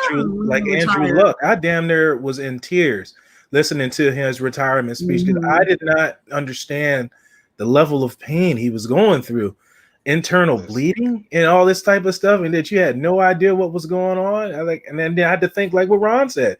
I gotta start thinking, I got a family, I got kids, I'm only 30 years old. I got a whole life to raise these kids. I want to be able to walk. Be able to walk. You got to think, when most of these guys retire, they're all beat up. Okay, they're beat up. They're going into another chapter of their life. Think about it. 30 years old, you just figured everything. You're starting to still figure everything out. It's kind of like, hey, I'm navigating here, but and I'm just talking about as a regular civilian, not as an athlete. But I'm just talking about as a regular civilian who has a regular 9-to-5 job. You're still, this is that chapter where now you kind of see the light at the end of the tunnel at 30 years old. Okay. Think about it as a football player, where all you've done is work out, prepare for the season. Mm-hmm. You know, you're not thinking about that chapter at 30. And that's why it's important, especially for guys like myself, you start having that dialogue early on. So when it's time to transition from the pros to a real, well, to regular, you know, I guess you can say working situations or whatever, to be able to help and guide that person at an early age. So when they get to that chapter, they kind of know what to walk into. They kind of know how to, you know, how to handle things, because all they've been doing is football, you know? So that's why you kind of coach them up. You talk about going into, you know, different arenas, ownership, entrepreneurship, different things, helping out in the community, developing relationships while you're hot in the league. So once you're transition out, you have something to kind of fall back on. And at the same time, you're looking at it from an injury standpoint. I want to be able to walk again. I want to make sure I'm able to walk. I want to make sure I'm able to make great decisions and my head's not messed up from a bunch of concussions that I had. Mm-hmm. You know, like let's look at Luke. Look at Luke Kuechly. I mean, did we see that coming? I kind of did, because he went out a couple years with concussions, and I believe I said to my cousin, I said I think he's going to hang it up here sometime soon, because it's back-to-back seasons out for multiple weeks. That was the part that raised the alarm to me. He was out multiple weeks with concussion. I said there's more going on than what I know about, and I said he's going to start thinking about it. Does he got the bag already, plus his and the big bag is your endorsements, which we didn't really talk about either. We just talked about contracts, but that's a whole nother conversation. As far as endorsements, they get a lot of money from that as well, just for wearing a sneaker or wearing clothing and stuff like that. But he's got his money, and he made a life decision, as you said, Ron. You can see that light. I want to be. I don't want to be like these guys that shooting themselves in the head because they're having thoughts, somebody's talking to them in their head, and all these crazy things that are going on. You're absolutely right. And it's real. Let me tell you something. CTE is real, people. It is real. I've seen guys that 1 minute everything is fine, the next minute they're in tears. 1 minute they're fine, the next minute they're off the wall. CTE is real. I've dealt with clients where I had to tell them, like, hey, listen, you can go back and make $2 million or $3 million guaranteed. But at the same time, if you get another concussion, think about the risk that you're putting yourself in at 30 years old, 31 years old, 40, 50. Just think about those things. And you got to make a real life decision, you know, based on just your history of dealing with injuries or concussions or whatever the case may be. So, like, playing that role in terms of an agent is not just to get contracts done. It's to be able to jump on the table with your client and say, hey, listen, it's time to hang it up. It's time to hang it up. We don't like I can make money off of you and this, that, and the other, but I would rather be able to see you, you know, live, be at your daughter's graduation, you know, walk your daughter down the aisle, not mess up your family, and some guys will listen. So far. Correct. So I think that movie about with Will Smith. Oh yeah. Ironically, it all started mostly in Pittsburgh. Allison, I don't know if you froze there, if you still hear us, but yeah, a lot of that started out in Pittsburgh, where all that, where that story started from, which I didn't expect. Opened my eyes a little bit. Yeah, it took a lot. It took too many years for there to be awareness, you know, about CTE, and still, I think the NFL can do more than what they're doing, but it's it's a scary thing. I mean, obviously, it hasn't been proven, but I think a lot of people think that, you know, that's Antonio Brown's deal right now, you know, because when he first came into Pittsburgh, I mean, obviously you're a little bit different, you know what I mean? When you first come into the league, money changes you. You're a veteran, you know what I mean? Money changes you, and money has changed Antonio Brown, but he's also had a lot of concussions. So he's had some hits. Yeah, he's taking some hits. I believe it was that perfect hit is when it all started. That playoff. I agree. It really did. I think that was the moment when he really got a brain injury, and it was a nasty hit that he sustained. His body went limp, and he just dropped straight to the ground. Your brain just jiggled in juice. It's like jello. The human brain's not meant for that to rattle like that. Now we're not like a woodpecker that has a fail safe for that thing like that. Right. Mm-hmm. Now, Allison, you said you had another question for Ron. I don't want. Yeah. I mean, how much, well, you know what, I'm just going to I was going to ask you about accolades and stats and how much easier it makes it to, not that negotiating a contract is easy, but, you know, how does it change your approach to contract negotiations? I mean, it definitely helps. Number one, I think it helps because when you're looking at the elite players in this league, I believe you have different scales. I think you have elite, and then you have tier one. Mm-hmm. So elite is above tier one. Then you have one. your tier, you have your tier 1A and B. Then you have tier two tier A and B, tier 3, and so forth.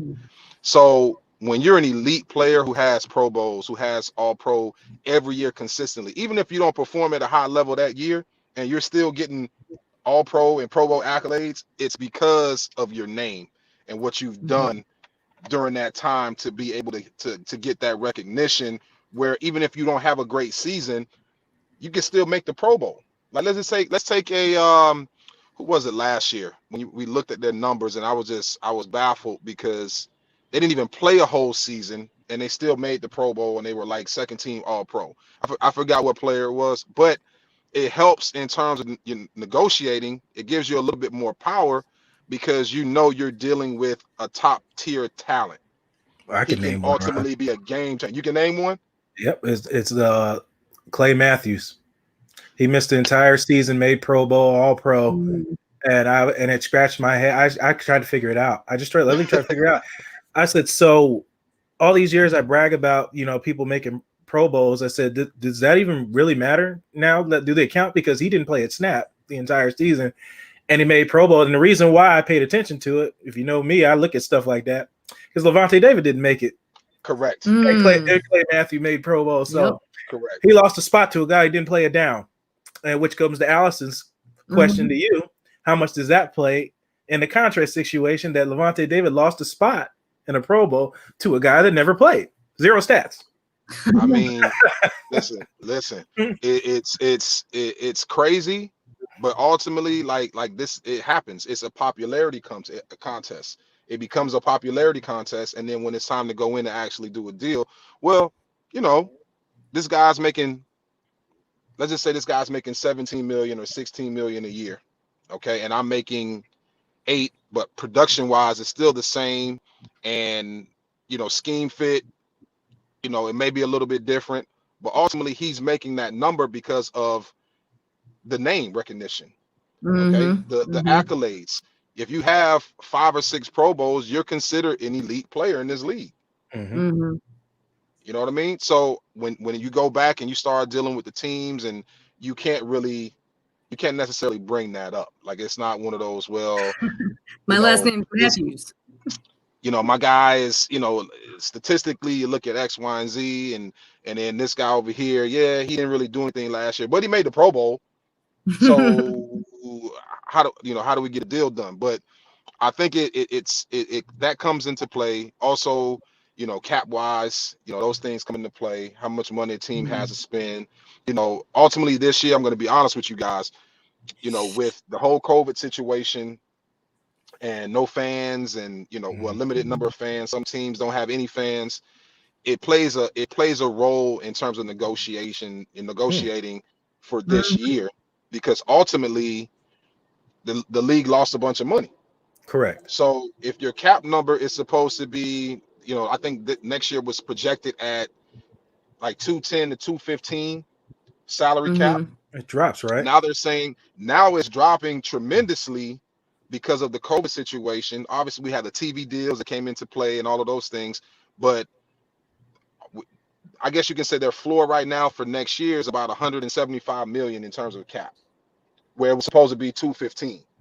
And that's that's a massive reduction.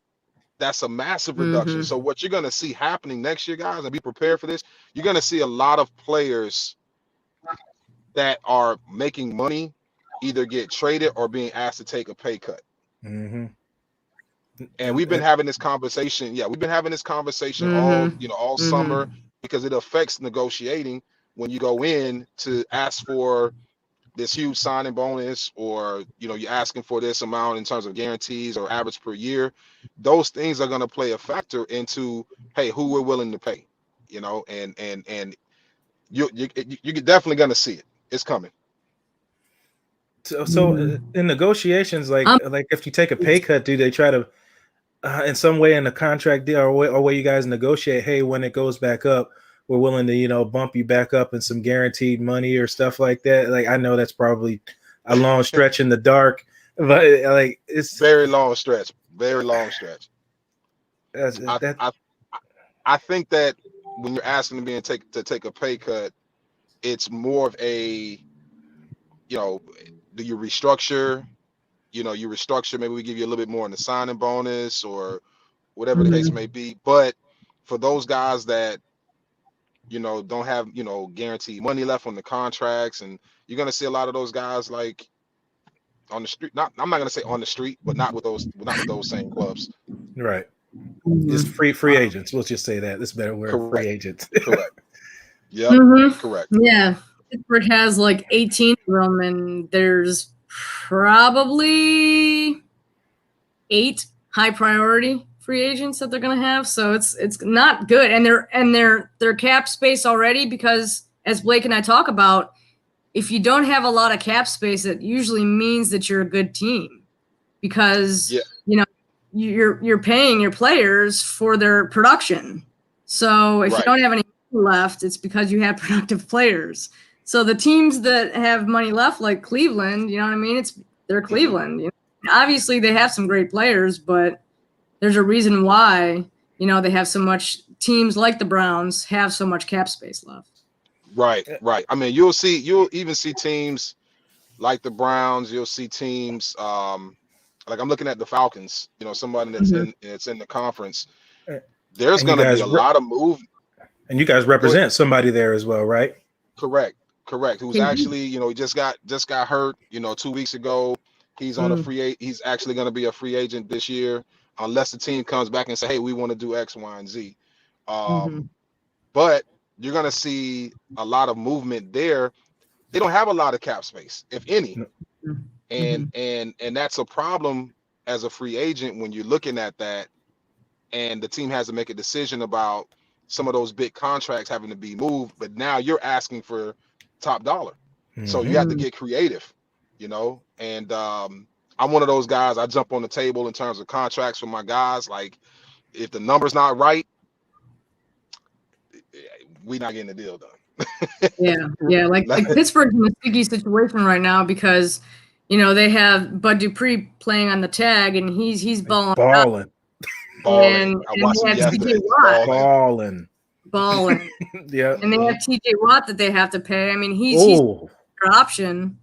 Yeah, right. 5th-year option. So technically, he's okay until 2022.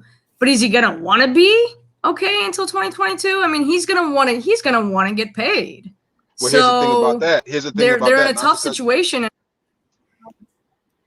Right. I'm sorry, not to cut you off, but they're gonna have a decision to make. Okay.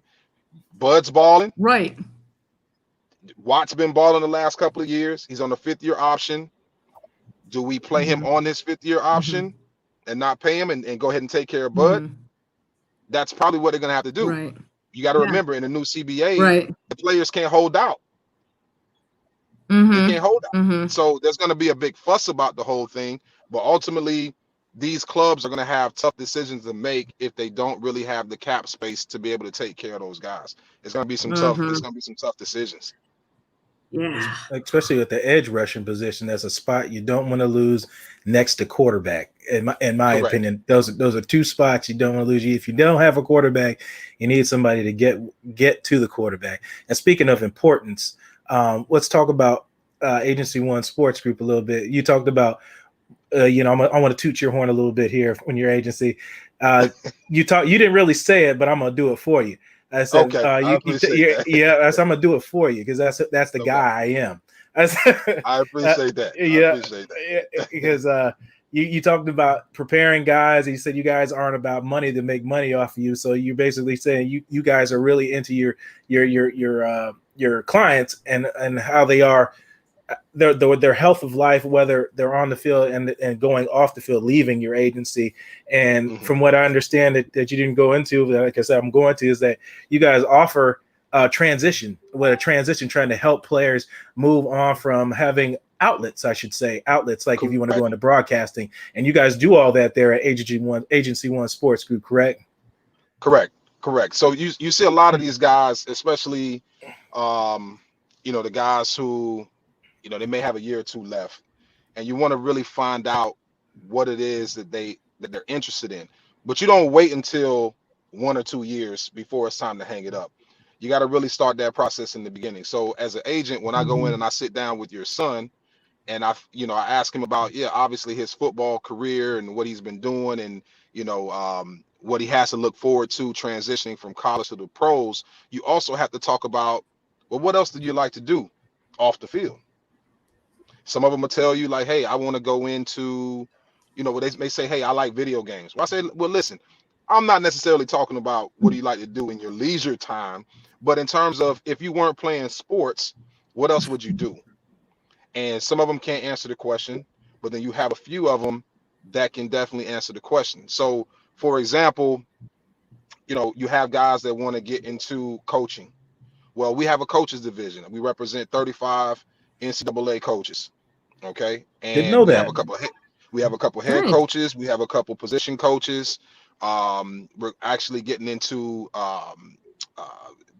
management and front office people, bringing them under our umbrella as well.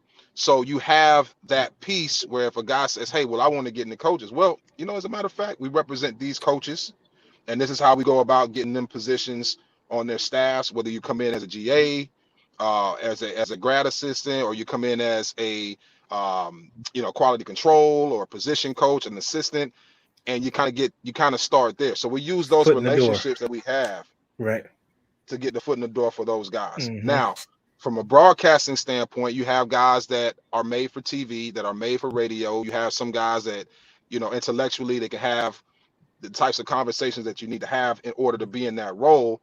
But then you also have guys that don't have that. Correct. So for the guys that do have it, the PA offers these boot camps that go on during the off season.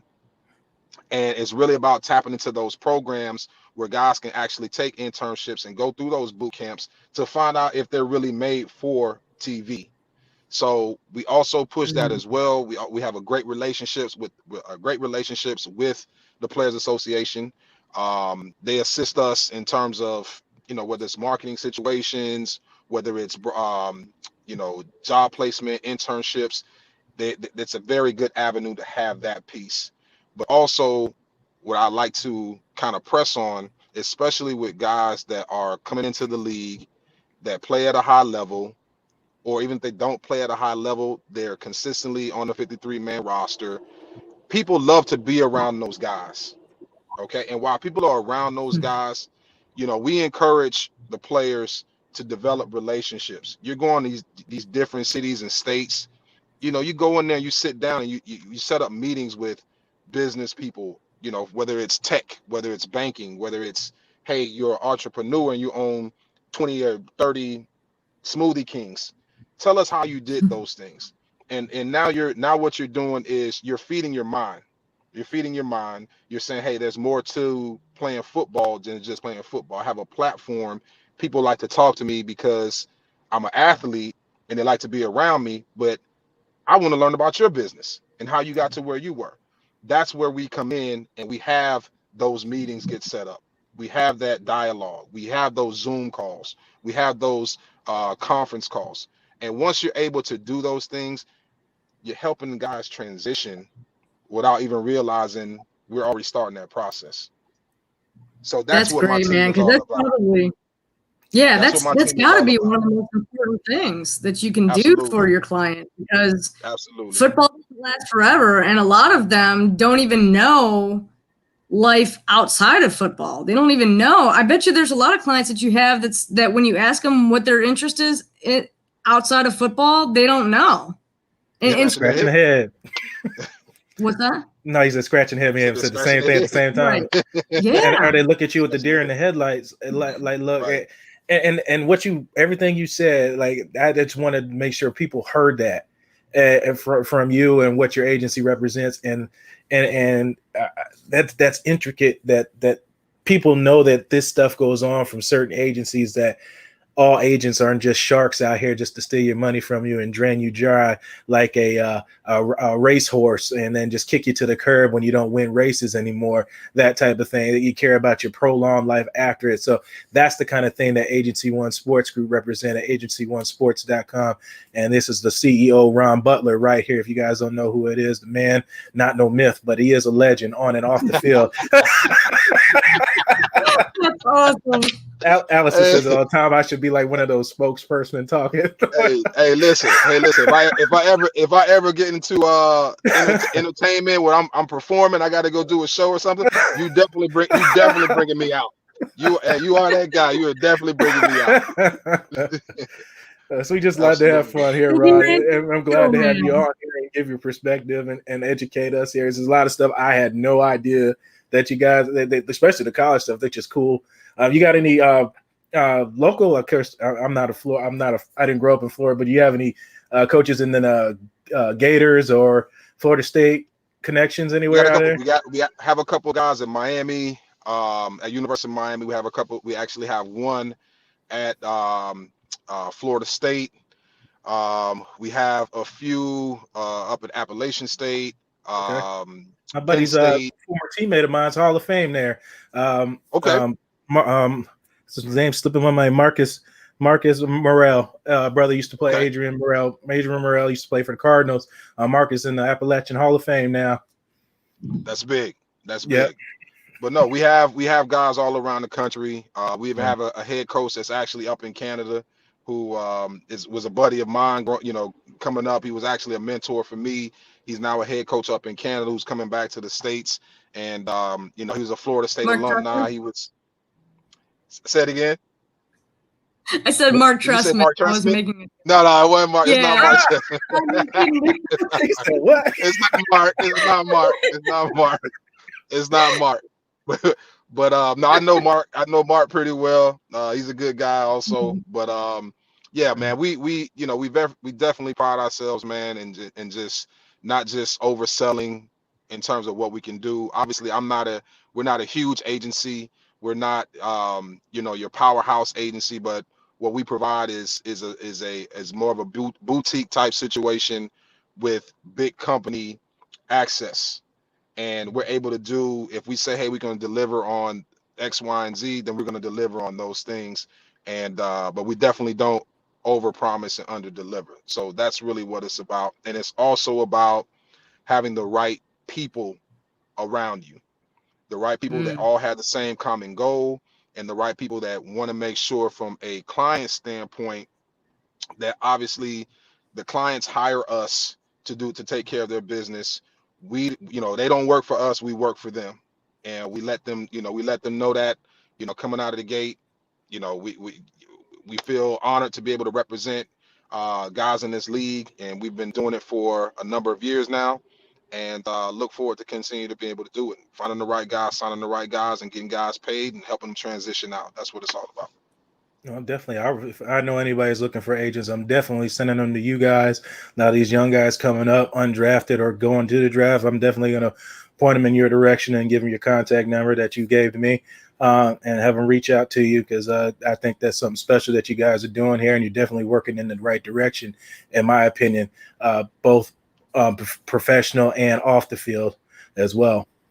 I appreciate that. Definitely, man. Definitely. So I do have one last question I do want to ask. Okay. So to clear the record for a lot of Buck fan, and I know Nick Citro, if you're watching this, because I know you love this guy. I know, and don't be biased, Ron. Are you gonna is Lavonte David in those categories with all the other great linebackers, of Luke Kuechly, Bobby Wagner, those guys in the same draft class, that Lavonte David has been undershadowed by for quite a long time? Is that a question? Is that a question? Is that a question, or are you? That's a question. Is he the real deal? Let me tell you something, man. Let me tell you something, man. What this guy can do, week in, week out, play at a very high level, week in and week out for the last 9 seasons. Never complains, comes to work. People respect him. His city, his community respects him for what he does on the field, but also what he does off the field for, countless, No, Ron, don't go out now. Not on Lavonte. So we'll get back. Huh? Can you guys still hear me? He probably had. Yeah, we hear you now. Yep. Can you hear me? Yeah, I hear you.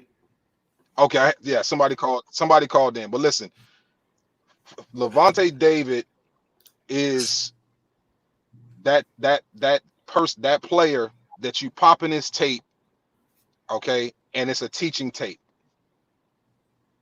Pop in his tape, it's a teaching tape in terms of what he does on the field. So in terms of the greats, I put him right up there in the top 3. That's just me as a football player. That's me as a football coach. That's me as an agent. That's me as a fan. I love Bobby Wagner's game. I'm a fan of Bobby.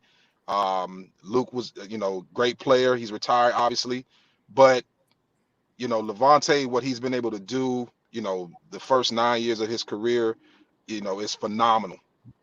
I represent some other linebackers in the league, but Lavonte David is the guy that people are going to send you DMs and they're going to send text messages and say, hey man, your guy he is amazing. So, I think that kind of answers, he kind of lets his play do the talking. And he's a class act on top of that, on and off the field. He's a act. very humble guy. As I said, when we talked to Ron earlier, when I talked to Lavonte, I had a brief conversation, him and Lovie Smith both. And I know Lavonte loved Lovie Smith and was very upset when he was cut from this team. He voiced his opinion on Twitter. I won't go back into that. It was about changing coaches and all that mess. But yeah, I'm sure you've heard it. I remember exactly what he said, but he's a class act. And I just told him there's people out here that understand that you're getting snubbed in these Pro Bowls because of the way the position is changing in there. And he just basically thanked me and showed a gradual appreciation for somebody that's understanding what's going on and not just looking at you as a stat on a sheet. Correct. That's just who he is as a man. What he does in terms of the community with the big brothers, big sisters. He's a national ambassador for that organization. He has been for the last, I want to say 6 years. He continues to do community outreach. And these aren't things that he's being asked to do. These are things that he wants to do. And yep. I know once he finishes playing, he'll continue doing those things because those are things that move him. And that's the one thing I will say from the beginning of me developing a relationship with him. He's always stressed, I want to work with the kids. And I love it. Man. I enjoy him as a human being. I enjoy him, as a player. I'm a fan. And at the same time, I'm his go-to guy in terms of when it's time to get things done. So, I'm honored and blessed to be in the position that I'm in. And we're blessed to have you on here and you teaching us some ins and outs of being an agent and things, the way that these players think. You talk to us. We got a lot of good information today, everybody, about CTE and your engagement with agents. This has been talked about a teaching clinic. You just gave us a good teaching clinic on agents and way the players think and GMs and taking care of tier 1 to tier 3 players and how all that works. We went through a whole lot today. If you send Lavonte our way, we'd love to talk to him as well. We love Lavonte here. We'd love to hear from him as well, because I know he's a busy man going on now. He got a season to win, a contract to get extended, and we'll let you handle that. Super Bowl in Tampa Bay, I'm telling you. I'm telling you right now, Bucs Steelers. That would be nice. First team to play in their home stadium in the Super Bowl. But Ron, we'll get you out of here. I appreciate you taking time out of your schedule to come talk to everybody, especially me and Allison. Hope we kept you entertained as well with a few laughs. Before we get out of here, I always like to give people when they come on here and give 110%. We talk about money. I got to give you because you were definitely money today. So I got to give you a couple Blake dollars right there. Rain it on you a little bit there, Yes, Ron. sir. So I appreciate it. I'll take those. I'll take those. I'll take those, thank man. you so much, Ron. Hey, I appreciate you guys having me. No, anytime, anytime. And you're always welcome. Got a little delay, but I appreciate you guys having me on. No problem. Take it easy. Ron Butler. There you go. We got class was in session today. Yeah. Ron Butler schooled us up. My week is made. And it's only Sunday. And I saw you taking notes. It was a lot. It was a lot of good information today. Mhm.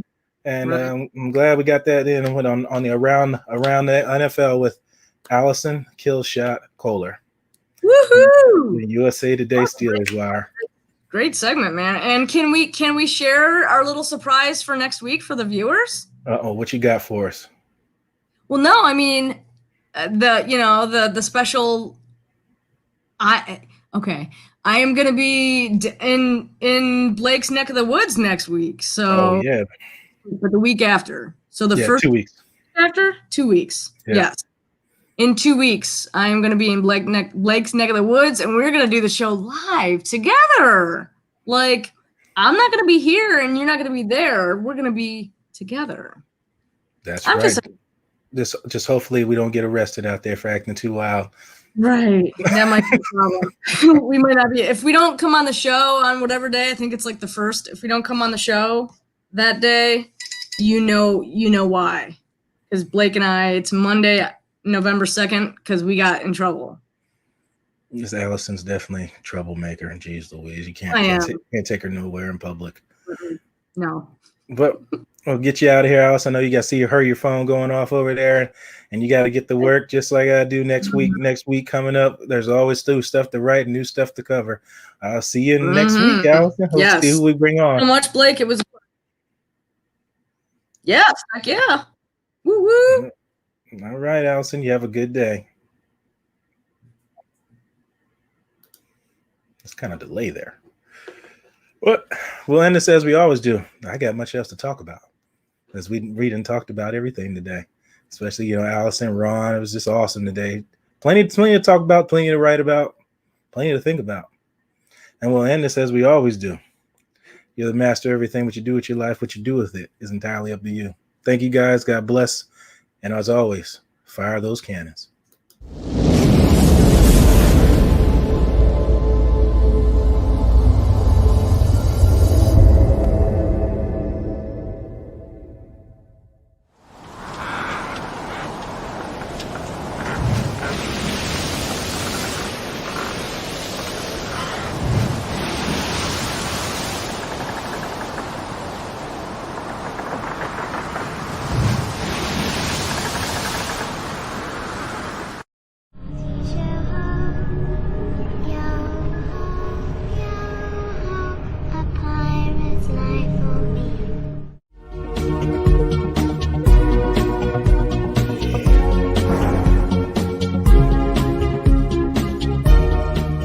Power bill through the roof?